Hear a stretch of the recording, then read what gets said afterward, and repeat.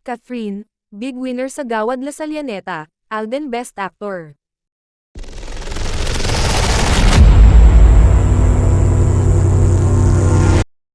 Big winner si Catherine Bernardo sa ginanap na Gawad La Salianeta kahapon sa Lasal Araneta. Sadly wala si Catherine, though may pinadala siyang representative. Kabilang sa kanyang napanalunan ang Most Outstanding Brand Endorser, Most Outstanding Film Actress and Most Outstanding Filipino Film ang pinagbidahan niyang pelikulang A Very Good Good Girl. Si Alden Richards naman ang nanalong Most Outstanding Film Actor at si Donnie Pangilinan ang Most Outstanding Actor in a Drama Series at si Barbie Forteza ang Most Outstanding Actress in a Drama Series. Sayang at hindi nila personal na natanggap ang mga nasabing pagkilala ng mga taga Lasal Araneta. Ito na ang ika-6th year ng Lasal Araneta na kinikilala ang mahuhusay sa industriya ng movie, TV, radio and print.